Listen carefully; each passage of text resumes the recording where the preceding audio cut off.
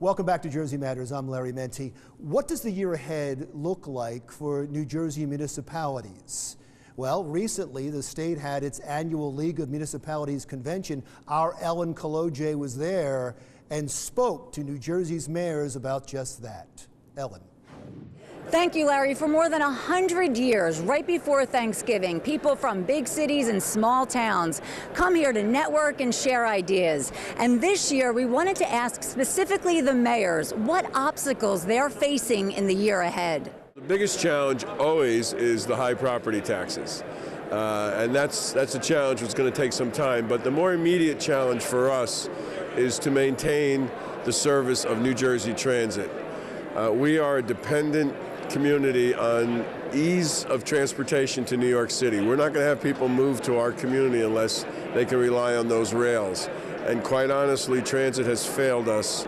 One of the biggest problems facing Hillsborough obviously is taxes, but with the tax rate the way that it is and trying to keep under a cap, we have infrastructure improvements that we have to implement along the way, and we're trying to be smart about it, but try not to raise taxes all at once. And also affordable housing element that is being brought into each township. We are starting to receive our numbers. We haven't received an actual number yet, but once we do, we have to implement that and start building and developing more. Well, one of the biggest problems that we're faced with in Linden, as the town grows and as we have developers that are coming into our town, we would like to make sure that the residents in our town are going to benefit from the developments, not only when they're completed, but as they're being built, that they should be the ones who are working on these sites. The other problem we're having in Toms River, like a lot of other communities, is uncontrolled growth.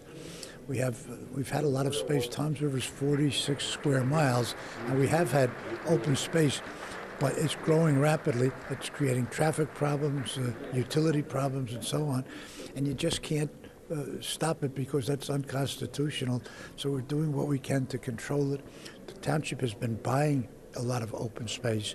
Two other issues that we are facing are now we're looking at redevelopment, in part to make our community more sustainable, to provide different kinds of housing alternatives, and also to provide more things for people to do, to have a more robust downtown.